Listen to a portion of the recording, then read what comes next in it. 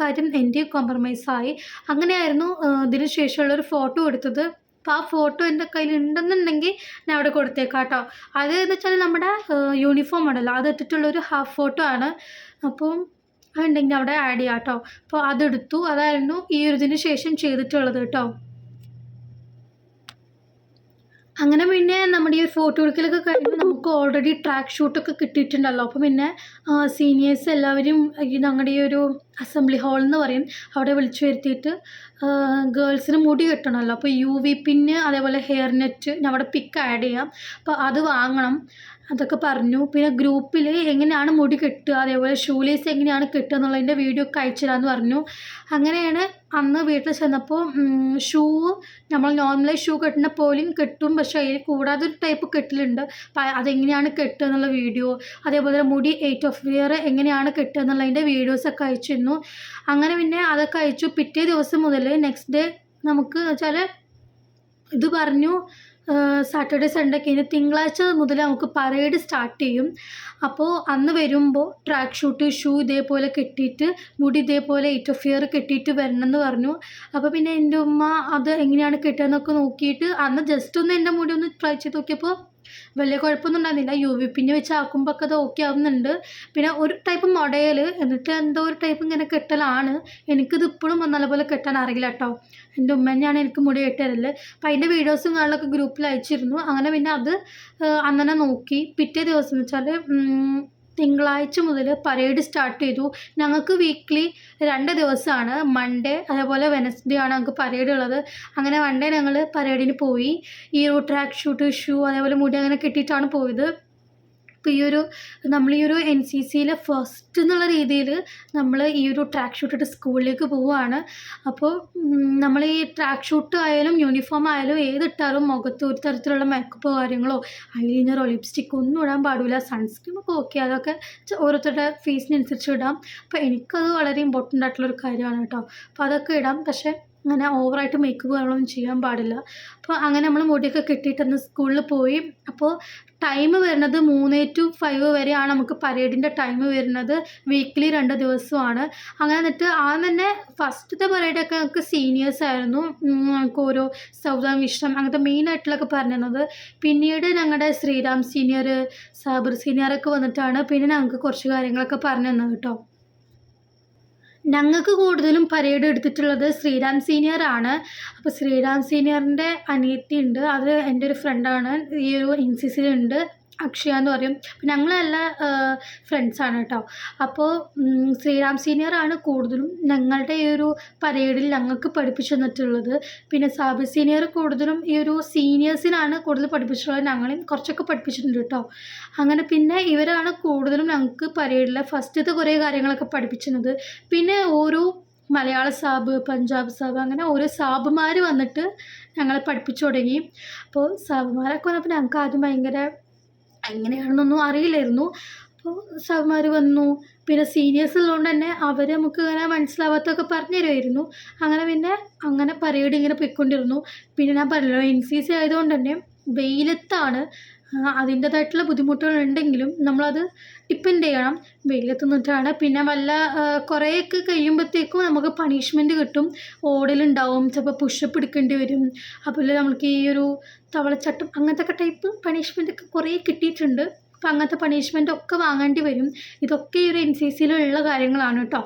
അങ്ങനെ എന്നിട്ട് പിന്നെ അങ്ങനെ ഓരോ വീക്കിലും ഈ ഒരു ഡേ ആകുമ്പോൾ ഞങ്ങൾ യൂണിഫോം ട്രാക്ക് ഷൂട്ട് ഇട്ട് വരും, പരേഡ് എടുക്കും. അങ്ങനെയൊക്കെ ആയിരുന്നു.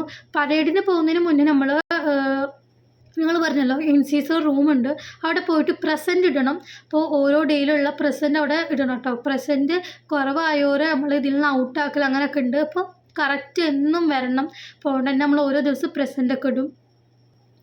പിന്നെ നമ്മൾ ഈ ഒരു പരേഡിൽ പോകുമ്പോൾ നമ്മൾ വെള്ളം അത്യാവശ്യം കുപ്പി വെള്ളം ഫുള്ള് അതേപോലെ എന്തെങ്കിലും സ്നാക്സൊക്കെ കയ്യിൽ വെച്ച് വേണം പോകാൻ. പിന്നെ നമുക്ക് ടോട്ടൽ രാവിലെ മുതൽ വൈകിട്ട് വരെ 7 പീരീഡാണ് വരുന്നത്. അതിലത്തെ 6th പീരീഡിൻ്റെ ഹാഫ് മുതലാണ് നമ്മുടെ ഈ ഒരു പരേഡ് സ്റ്റാർട്ട് ചെയ്യുന്നത്. പിന്നെ 5 മണി വരെയാണ് പരേഡ് ഉള്ളത് കേട്ടോ. പിന്നെ സാബുമാരൊക്കെ വന്നാലും ഹെയർ എത്തോഫിയർ കെട്ടിയില്ലേ, അങ്ങനെ ഷൂ കറക്റ്റല്ലേ അതൊക്കെ നോക്കും. അത് കറക്റ്റ് അല്ലാത്തവരെ പണിഷ്മെൻറ്റ് എടുപ്പിക്കും. അതേപോലെ ബോയ്സ് ഇങ്ങനെ ഓരോ ടൈപ്പ് ഹെയർ കട്ടൊക്കെ ചെയ്യില്ല, അങ്ങനെയൊന്നും ചെയ്യാൻ പാടില്ല. NCC ഹെയർ കട്ട് ഉണ്ട്, അത് ചെയ്യാത്തവർക്ക് അതിൻ്റെ പണിഷ്മെൻറ്റ് ഉണ്ടാവും. ആദ്യം അത് പറഞ്ഞു തരും, പിന്നെ അത് ചെയ്യാതെ വരുമ്പോഴാണ് പണിഷ്മെൻറ്റ് ചെയ്യിപ്പിക്കുക കേട്ടോ.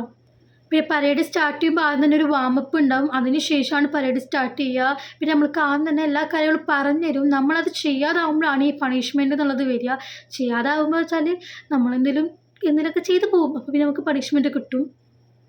ഈ പരേഡ് ഇങ്ങനെ കുറച്ചായി, എനിക്ക് തോന്നുന്നു 5, 6, 7, 8 പരേഡൊക്കെ ആയപ്പോഴാണ് ഞങ്ങളുടെ മെയിൻ ആയിട്ടുള്ള യൂണിഫോം എത്തിയത്. അങ്ങനെ യൂണിഫോമിൻ്റെ ആ ഒരു ഇത് വന്നു, യൂണിഫോം കിട്ടി. പിന്നെ ഞങ്ങൾ NCC റൂമിൽ പോയിട്ട് യൂണിഫോമും കാര്യങ്ങളൊക്കെ വാങ്ങി. അതെന്ന് വെച്ചാൽ യൂണിഫോം, സോക്സ്, അതേപോലെ ഹാറ്റ്, അതിൻ്റെ സാധനങ്ങൾ, ബെൽറ്റ്, ലൈൻ യാർഡ്, അങ്ങനെ എല്ലാ സാധനങ്ങളും അന്ന് കിട്ടി. അന്ന് വീട്ടിൽ പോയി ഇട്ട് നോക്കിയപ്പോൾ നമുക്കതിനെക്കുറിച്ച് എങ്ങനെയാണ് കറക്റ്റ് അതെങ്ങനെ ഇടുകയെന്നൊന്നും അറിയില്ലായിരുന്നു. അപ്പോൾ അതൊക്കെ ഗ്രൂപ്പിൽ ഓരോന്നും എങ്ങനെയാണ് ഇടുക എന്നുള്ളതിൻ്റെ ഒക്കെ വീഡിയോസൊക്കെ ഇട്ടിരുന്നു. അത് കണ്ട് നമ്മൾ ചെയ്ത് നോക്കിയപ്പോൾ കറക്റ്റ് നമുക്കത് ഇടാനൊക്കെ മനസ്സിലാവുന്നുണ്ടായിരുന്നു കേട്ടോ. അങ്ങനെ നമ്മുടെ NCCയിലെ യൂണിഫോം എന്നുള്ള സെക്ഷനും അവിടെ കംപ്ലീറ്റ് ആയി. ട്രാക്ക് ഷൂട്ടും എല്ലാ സാമഗ്രികളും നമുക്ക് കിട്ടി. പിന്നെ ഹാറ്റിൽ നമ്മൾ നമ്മുടെ ആ ഒരു സ്റ്റാമ്പും പിന്നെ ആ ബോംബൊക്കെ വെക്കണമായിരുന്നു. അതൊക്കെ ഞങ്ങൾക്ക് സീനിയേഴ്സായിരുന്നു ചെയ്തു തന്നത്, ഞങ്ങൾക്കറിയില്ലായിരുന്നു. അതൊക്കെ സീനിയേഴ്സ് ചെയ്തു തന്നു. അതുപോലെ ലൈൻ യാർഡ് എങ്ങനെയാണ് നമ്മുടെ ഈ ഒരു ബട്ടണിൽ ചെയ്യുക, അതിൻ്റെ വീഡിയോസ് കാര്യങ്ങൾ, പിന്നെ എങ്ങനെയാണ് ബെൽറ്റിൻ്റെ കാര്യങ്ങൾ ലൂസാക്കുക ടൈറ്റാക്കുക, അതൊക്കെ നമുക്ക് പറഞ്ഞു തരുന്നിരുന്നു. പിന്നെ ഞങ്ങൾ ഈ ഒരു ട്രാക്ക് ഷൂട്ട് കിട്ടിയതിന് ശേഷമാണ് ഞങ്ങൾക്ക് യൂണിഫോം കിട്ടിയത്. യൂണിഫോം കിട്ടിയതിന് ശേഷമുള്ള പരേഡിൽ ഞങ്ങളോട് യൂണിഫോം ഇട്ട് വരാൻ പറഞ്ഞു. അങ്ങനെയാണ് ഞങ്ങൾ യൂണിഫോം ഇട്ട് പരേഡ് ചെയ്യാൻ വേണ്ടി പോയത്. അന്ന് ഫസ്റ്റ് ടൈമാണ് ഞങ്ങൾ ഈ ഒരു യൂണിഫോമിൽ പോകുന്ന, അതിൻ്റേതായിട്ടുള്ള എക്സൈറ്റ്മെൻറ്റ് ഉണ്ടായിരുന്നു. പരേഡ് ഭയങ്കരമായിട്ട് എക്സൈറ്റ് ആയിരുന്നു. പിന്നെ അന്ന് ആദ്യം തന്നെ ഞങ്ങൾക്ക് യൂണിഫോമിൻ്റെ കാര്യങ്ങൾ പറഞ്ഞു തരലായിരുന്നു ഫുള്ളായിട്ട്. ലൈൻ യാർഡ് തെറ്റുവരെ ലൈൻ യാർഡ് ശരിയാക്കി കൊടുത്തു, അതെങ്ങനെയാണ് ചെയ്യുക എന്ന് പറഞ്ഞു തന്നു. അതുപോലെ ഷൂ ലേസ് കെട്ടാത്തവരെ പറഞ്ഞു കൊടുത്തു. പിന്നെ ഹെയർ നെറ്റും കാര്യങ്ങളൊക്കെ ഇട്ട് കറക്റ്റ് അല്ലേ നോക്കി. അതുപോലെ തന്നെ കറക്റ്റ് ബെൽറ്റ് ടൈറ്റ് ആക്കൽ ലൂസാക്കലൊക്കെ വന്ന് നോക്കി, ബെൽറ്റ് ടൈറ്റ് അല്ലേ എന്നൊക്കെ നോക്കി. കാര്യം നമ്മൾ ഓരോന്നും ചെയ്യുമ്പോൾ ലൂസായി കഴിഞ്ഞാൽ പ്രശ്നമാണ്.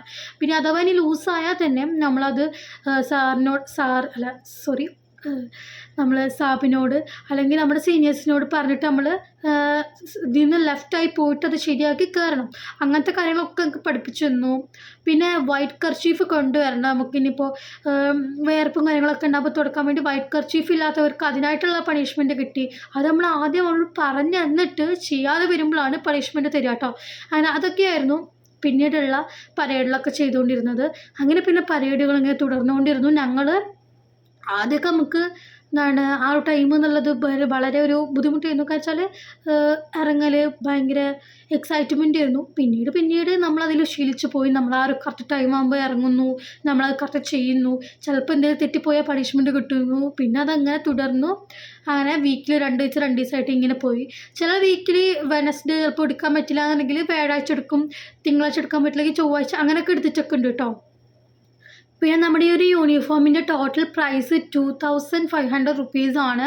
ഞാൻ നേരത്തെ പറഞ്ഞല്ലോ, നമ്മൾ ഈ ഒരു ക്യാഷ് കൊടുക്കുന്നുണ്ടെങ്കിലും നമുക്ക് ഈ ഒരു ക്യാഷ് തിരിച്ച് കിട്ടുന്നുണ്ട്. ഇപ്പോൾ ഈ 2500 രൂപ നമ്മൾ യൂണിഫോമിന് മൊത്തം ക്യാഷ് ഒരു ദിവസം കൊണ്ടുവരാൻ പറഞ്ഞു.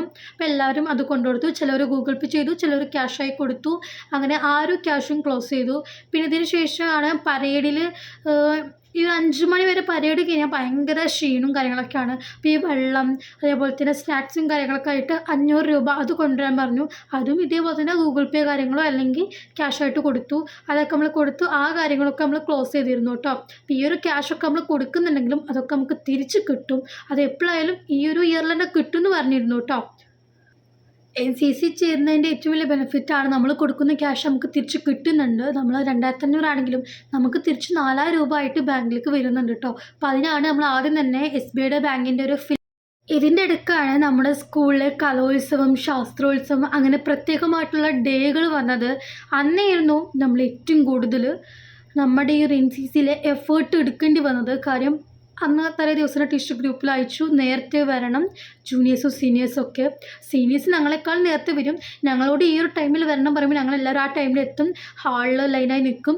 ഓരോരുത്തർക്കും ഓരോ ഡ്യൂട്ടീസ് തരും. ഗേറ്റിൻ്റെ അവിടെ എത്ര പേര്, ചെറിയ സ്കൂളിൻ്റെ ഗേറ്റിൻ്റെ അവിടെ എത്ര പേര്, ഈ ഒരു ഭാഗത്ത് എത്ര പേര്, അങ്ങനെ ഓരോരുത്തരായിട്ട് ഇങ്ങനെ ഓരോ സ്ഥലങ്ങളിൽ നിർത്തും. അതേപോലെ ഈ ഓരോ പ്രോഗ്രാം നടക്കുന്ന ഹോളിൽ അവിടെ വല്ല കാര്യങ്ങളൊക്കെ വരുമ്പോൾ നമ്മൾ അവിടെ ഇടപെടണം. അപ്പോൾ അതിനായിട്ട് അവിടെ കുറച്ച് പേര് അങ്ങനെയൊക്കെ നിർത്തി. അപ്പം അന്ന് നമുക്ക് കുറച്ച് പ്രത്യേകമായിട്ടുള്ള ഡ്യൂട്ടീസ് ഉണ്ടായിരുന്നു. അപ്പോൾ ആ ഡ്യൂട്ടി നമ്മൾ കൃത്യമായി ചെയ്തു. പിന്നെ ഉച്ചയ്ക്ക് ലഞ്ച് ബ്രേക്കിൻ്റെ ടൈമിൽ നമുക്കും കുറച്ച് ടൈം ഉണ്ടാവും. പക്ഷെ നമുക്ക് ഓവറായിട്ട് കുറേ ടൈമൊന്നുമില്ല. നമുക്ക് കുറച്ച് ടൈമുണ്ട്. ആ ടൈമിൽ വേഗം ഫുഡ് കഴിച്ച് പിന്നീട് നമ്മൾ ഈ ഒരു ഡ്യൂട്ടിയിലേക്ക് കയറണം. പിന്നെ അവിടെ 2 പേര് നിൽക്കുകയാണെങ്കിൽ ഒരാൾ കുറച്ച് നേരം നിൽക്കുക, പിന്നെ ഒരാൾ നിൽക്കുക. അങ്ങനെയാണ് ഇങ്ങനെ മാറി മാറിയിട്ടായിരുന്നു നിന്നത്. ഏറ്റവും കൂടുതൽ ബുദ്ധിമുട്ട് വന്ന ആ ഒരു പരേഡിനേക്കാൾ ഞങ്ങൾക്ക് നിന്നിട്ട് ക്ഷീണമായതും കാലുവേദനയൊക്കെ വന്നത് ഈ ഒരു ഡ്യൂട്ടി ചെയ്തപ്പോഴാണ്. സത്യം പറയുകയാണെങ്കിൽ അന്ന് വീട്ടിൽ തിരിച്ചെത്തിയപ്പോൾ കാലുവേദനക്കായിട്ട് ഒരു കിടപ്പിരുന്നു. അപ്പം അന്നൊക്കെയായിരുന്നു ഏറ്റവും കൂടുതൽ സ്കൂളിലെ കലോത്സവത്തിന് ഇപ്പോൾ പ്രോഗ്രാമുള്ള കുട്ടികളാണെന്നുണ്ടെങ്കിൽ ആ ഒരു പ്രോഗ്രാം ടൈമിൽ നിങ്ങൾ പ്രോഗ്രാം ചെയ്ത് തിരിച്ചു വരിക. അങ്ങനെ ആയിരുന്നു. പ്രോഗ്രാമുള്ള ദിവസങ്ങളിൽ ഡ്യൂട്ടി എടുക്കാറില്ല. ഇപ്പോൾ എനിക്കൊക്കെ ആയാലും അറബിക് ഗ്രൂപ്പ് സോങ് ഒക്കെ ഉണ്ടായിരുന്നു. അപ്പോൾ ആ ഡേയിൽ ഞാൻ ഡ്യൂട്ടി എടുക്കില്ല. കാര്യം എനിക്ക് പ്രോഗ്രാം ഏത് ടൈമിലാണെന്ന് അറിയില്ല. കൂടെ എൻ്റെ ഫ്രണ്ട്സ് ഉണ്ടാവും, ഗ്യാങ് ആയിട്ടാണല്ലോ. അപ്പോൾ അവരുടെ കൂടെ ഡ്രസ്സും കാര്യങ്ങളൊക്കെ ആയിട്ട് നമ്മൾ ആ ഒരു തിരക്കിലാവുമ്പോൾ നമ്മൾ ആ ഒരു പരിപാടിക്ക് പോവും. അല്ലാത്ത ദിവസങ്ങളാണ് നമ്മൾ ഡ്യൂട്ടീസ് എടുക്കുക കേട്ടോ. ഇതിലും വലിയ ഡ്യൂട്ടീസ് എടുക്കേണ്ടി വന്നിട്ടുള്ളത് സബ് ജില്ലാ ഡേകളിലാണ്. ഞങ്ങളുടെ സ്കൂളിൽ വെച്ചായിരുന്നു കൂടുതലും സബ് ജില്ല ഉണ്ടായിട്ടുള്ളത്, ശാസ്ത്രോത്സവം കാര്യങ്ങളൊക്കെ. അപ്പോൾ നോർമൽ ഒരു പ്രോഗ്രാം നടക്കുന്ന പോലെയല്ല. പുറത്തുള്ള ടീച്ചേഴ്സും പുറത്തുള്ള കുട്ടികൾ, സ്കൂളിലെ കുട്ടികളൊക്കെയാണ് വരുന്നത്. അപ്പോൾ അതിൽ നമുക്ക് കുറച്ചുകൂടി എഫേർട്ട് എടുക്കേണ്ടി വന്നിട്ടുണ്ട്. അന്ന് നമ്മൾ ബെഞ്ച് പിടിക്കുക, കസേര പിടിക്കുക, ഹാള് റെഡിയാക്കുക, പിന്നെ വല്ല ക്ലീനിങ് ഉണ്ടെങ്കിൽ അതൊക്കെ ചെയ്യുക. അതൊക്കെ ചെയ്യുന്ന അന്നൊരു ഡേ ഫുൾ പണിയെടുത്തിട്ടുണ്ട്. പിന്നെ പണിയെടുത്താലും അവസാനം ഞങ്ങൾക്ക് ലൈമ് പപ്സൊക്കെ വാങ്ങി തന്നിട്ടുണ്ട് കേട്ടോ. അതൊക്കെ തരുമ്പോൾ ഞങ്ങൾക്ക് ഭയങ്കര ഒരു റിലാക്സ് ടൈമാണ്. ഈ ഒരു ശാസ്ത്രോത്സവത്തിൻ്റെ ടൈമിലൊക്കെ ചെറിയ കുട്ടികളാണല്ലോ. അപ്പോൾ അവർക്ക് വല്ല വയ്യാതെ വന്നാൽ പെട്ടെന്ന് സാറിൻ്റെ അടുത്ത് പോയി ആ സ്കൂളിൽ ടീച്ചേഴ്സിനെ വിളിക്കുക, അങ്ങനെയൊക്കെ ഒരുപാട് എനിക്ക് വന്നിട്ടുണ്ടായിരുന്നു. ഞാൻ നിന്ന് ആ ഒരു ഡ്യൂട്ടി ചെയ്ത ക്ലാസ്സിൻ്റെ ഉള്ളിൽ ഒരു കുട്ടി അറിയാതെ തല ഇറങ്ങി വീണു. അപ്പോൾ ഞാനവിടെ പുറത്ത് നിൽക്കുകയായിരുന്നു. ആ ടീച്ചർ പോയിട്ട് വേഗം വിളിക്കാൻ പറഞ്ഞു. വേഗം പോയി വിളിച്ചു സാറിനോട് പറഞ്ഞു ഈ സ്കൂളിൽ ഈ കുട്ടി വീണിട്ടുണ്ട്. അപ്പോൾ ആ സ്കൂളിലെ ടീച്ചറിനോട് വരാൻ പറഞ്ഞു. അങ്ങനെ ആ ടീച്ചർ വന്നു. പിന്നെ അവർ ആ കുട്ടിയെ നോക്കി. അങ്ങനെയായിട്ട് കുറേ എഫേർട്ട് എടുക്കേണ്ടി വന്നിട്ടുണ്ട്. പിന്നെ നമ്മൾ ഈ മോളിലത്തെ സ്റ്റെയറിന്ന് ബെഞ്ച് ഡെസ്കൊക്കെ പിടിച്ച് താഴ്ക്കൊണ്ട് അതൊക്കെ നമ്മുടെ ഡ്യൂട്ടിയാണ്. ഈ NCC പറഞ്ഞാൽ ഒരുപാട് എഫേർട്ട് എടുക്കണം. ആ ഒരു യൂണിഫോമിൻ്റെതായിട്ടുള്ള ആ ഒരു പക്വതയും ആ ഒരു ഇതൊക്കെ നമുക്ക് വേണം. അത് മെച്യൂരിറ്റി ഇല്ലാതെ നടന്നു കഴിഞ്ഞാൽ ഒരു കാര്യമില്ല കേട്ടോ.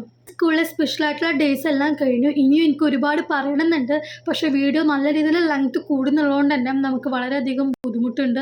അതുകൊണ്ടാണ് ഞാൻ ഷോർട്ടായി പറയുന്നത് കേട്ടോ. അങ്ങനെ സ്പെഷ്യൽ ഡേയ്സും കാര്യങ്ങളൊക്കെ കഴിഞ്ഞു. പിന്നെയാണ് സ്വാതന്ത്ര്യദിനം. അതൊക്കെ വന്നു കേട്ടോ. അതൊക്കെ എനിക്ക് പറയാൻ കുറച്ച് ഡിലേ ആയിരുന്നുണ്ട്. അതൊക്കെ ഉണ്ടായിരുന്നു. ആ ഡേയിലൊക്കെ നമുക്ക് പ്രോഗ്രാംസ് ഉണ്ടായിരുന്നു. ഞങ്ങളുടെ NCCക്കാരെ പ്രോഗ്രാമും കാര്യങ്ങളൊക്കെ ഉണ്ടായിരുന്നു.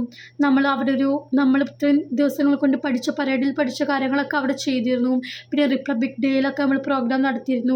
ചിൽഡ്രൻസ് ഡേയിൽ നമ്മൾ ചെറിയ സ്കൂളിലൊക്കെ പോയിട്ട് അവർക്ക് മിഠായി കൊടുക്കൽ, അവിടെ പോയിട്ട് അവരെ കൊണ്ട് ചെറിയ കാര്യങ്ങൾ ചെയ്യിപ്പിക്കൽ, അങ്ങനെയൊക്കെ NCCക്കാർ ചെയ്തിട്ടുണ്ട്. കൂടുതലും ഈ സ്കൂളിൽ നമ്മൾ ഏറ്റവും കൂടുതൽ പ്രയോറിറ്റി കൊടുക്കുന്നത് NCCക്കാണ്. കാര്യം അവരാണെന്ന് വെച്ചാൽ NCCയിലെ സീനിയേഴ്സും ജൂനിയേഴ്സും എല്ലാവരുമാണ്. അത്യാവശ്യം കഷ്ടപ്പെടുന്നത് അവരാണ്. ഈ ഒരു JRC ലിറ്റിൽ കൈറ്റ്സ് എന്നുള്ള ഞാൻ തരം താഴ്ത്തല്ല, പക്ഷെ എന്നാലും അവരെന്നുള്ളത് അവർക്ക് വളരെ ഡ്യൂട്ടീസ് കുറവാണ്. പക്ഷേ NCCക്കാർക്ക് അങ്ങനെയല്ല. NCCക്കാർക്ക് അത്യാവശ്യം ഡ്യൂട്ടി ഉണ്ട്. അവർക്ക് കൂടുതലും പണികൾ അവർക്കുണ്ട്. പിന്നെ സെലക്ട് ആവാൻ കുറച്ച് ബുദ്ധിമുട്ടുണ്ട്. സെലക്ട് ആയാൽ തന്നെ അവർക്ക് ഒരുപാട് സ്പെഷ്യൽ ഡേയ്സിൽ ഒരുപാട് ബുദ്ധിമുട്ടുകളുണ്ടാവും. സ്പോർട്സ് ഡേയിലൊക്കെ ഭയങ്കര ബുദ്ധിമുട്ടാണ്. സ്പോർട്സ് ഡേയിലൊക്കെ ഗ്രൗണ്ടിലായിരുന്നു പ്രോഗ്രാം. അപ്പോൾ ഈ ഗ്രൗണ്ട് അത്രയും വെയിലത്ത് വെച്ചാണ് നമ്മൾ അത്രയും പണികളെടുക്കുന്നത്. ഈ ഓടലൊക്കെ വരുമ്പോൾ ഈ ഓടുന്നതിൻ്റെ ഇടയിൽ ചെറിയ പിള്ളേർ ഓടാതെ കയറുന്നത് നമ്മൾ നോക്കണം. അപ്പോൾ ആ ട്രാക്കിലൊക്കെ നമ്മൾ നിൽക്കുമ്പോൾ അത്യാവശ്യം വെയിലാണ്. അപ്പോൾ നമ്മൾ അത്രയും കഷ്ടപ്പെട്ടിട്ടാണ് നമ്മൾ ആ ഒരു സ്പോർട്സ് ഡേയിലും കലോത്സവത്തിനും ശാസ്ത്രോത്സവത്തിനും ഒക്കെ നമ്മൾ നിന്നത്. സബ് ജില്ലാ സ്പോർട്സൊക്കെ നമ്മുടെ സ്കൂളിലായ ടൈമിലൊക്കെ വളരെയധികം എഫേർട്ട് എടുത്തിട്ടുണ്ട്. ആ ഒരു എഫേർട്ടൊക്കെ നമുക്ക് അതിന് ശേഷം വീട്ടിലെത്തിയാൽ നന്നായിട്ട് പണി എന്ന് വെച്ചാൽ അത്രയും പണിയെടുത്തുകൊണ്ട് തന്നെ വീട്ടിലെത്തിക്കഴിഞ്ഞാൽ ഫുൾ റെസ്റ്റ് പോലെ കിടക്കില്ലായിരുന്നു കേട്ടോ. പിന്നെ ചിലവരെങ്ങനെ വെച്ചാൽ ഒരു ദിവസം വരുള്ളൂ, രണ്ടാമത്തെ ദിവസം അവർ വരില്ല. പക്ഷെ ഞങ്ങളെന്ന് വെച്ചാൽ ഈ പ്രസൻറ്റഡിലുണ്ട്. അതുകൊണ്ട് തന്നെ കൂടുതൽ പ്രസൻ്റ് ഇല്ലാത്തവരെ ഔട്ടാക്കലുണ്ട്. ഞാൻ സത്യം പറയുകയാണെങ്കിൽ സ്കൂളിലെ സബ് ജില്ല അതേപോലെ നോർമലായിട്ടുള്ള കലോത്സവത്തിന് എല്ലാ ദിവസവും 2 ദിവസങ്ങളായിട്ടായിരുന്നു ഉണ്ടായിരുന്നത്. ചിലതൊക്കെ 3 ദിവസമായിട്ടുണ്ടായിരുന്നു. അപ്പോൾ അതിലെല്ലാ ദിവസവും ഞാൻ പോയിട്ടുണ്ട്. ഒരു ദിവസം ഞാൻ ഇതുവരെയായിട്ടും NCCയിൽ ഒരു ദിവസം പോലും ഞാൻ ആബ്സെൻ്റ് ആയിട്ടില്ല. പരേഡിൽ ഞാൻ 2 ദിവസമായിരുന്നു ആബ്സെൻ്റ് ആയത്. ആ 2 ദിവസം ഞാൻ ഒരു ദിവസം പനിയായിട്ടായിരുന്നു നമ്മൾ ആബ്സെൻ്റ് ആയതൊക്കെ നമ്മൾ സീനിയേഴ്സിനോടൊക്കെ പറയുന്നുണ്ടായിരുന്നു കേട്ടോ. അപ്പം ഞാൻ ആകെ 2 ദിവസമായിട്ടാണ് ഞാൻ പരേഡിൽ ആബ്സെൻ്റ് ആയിട്ടുള്ളൂ. സ്പെഷ്യൽ ഡേയ്സിലൊന്നും ഞാൻ ആബ്സെൻ്റ് ആയിട്ടില്ല. ഈ NCCയിൽ ആകെ 2 ദിവസമാണ് ഗൈസ് ഞാൻ ആബ്സെൻ്റ് ആയിട്ടുള്ളൂ. പിന്നെ NCC ഇല്ലാത്ത ദിവസങ്ങളാണ് ഞാൻ കൂടുതൽ ആബ്സെൻ്റ് ആവുക. കാര്യം NCCയിൽ ആബ്സെൻ്റ് ആവേണ്ട വെച്ചിട്ട് അല്ലാത്ത ദിവസങ്ങളിൽ ഞാൻ പോയിട്ട് ആബ്സെൻ്റ് ആവലായിരുന്നു എൻ്റെ പതിവ്. അപ്പം ഇങ്ങനെയാണ് നമ്മുടെ NCCയിൽ ഈ ഒരു ഇതുവരെയുള്ള എൻ്റെ കാര്യങ്ങൾ. പിന്നെ സ്പെഷ്യൽ ഡേ വന്നു, അന്നൊക്കെ നമ്മൾ പ്രോഗ്രാംസ് നടത്തി. പിന്നെ ഞാൻ പറഞ്ഞല്ലോ NCC ആണ് പ്രയോറിറ്റി കൂടുതലും സ്കൂളിൽ ഇങ്ങനെ നിലവാരത്തിൽ നിൽക്കുക.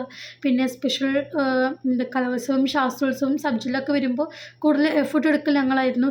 ശാസ്ത്രോത്സവം കഴിഞ്ഞാൽ ഓരോ ക്ലാസ്സിൽ പോയിട്ടും അവിടെ പിറ്റേ ദിവസം മുതൽ ക്ലാസ് ഉണ്ടാവില്ലേ, അപ്പോൾ ക്ലാസ്സിന് വരുമ്പോൾ അവിടെ ക്ലാസ് ക്ലീൻ ചെയ്യലൊക്കെ ഞങ്ങളായിരുന്നു ചെയ്തത്.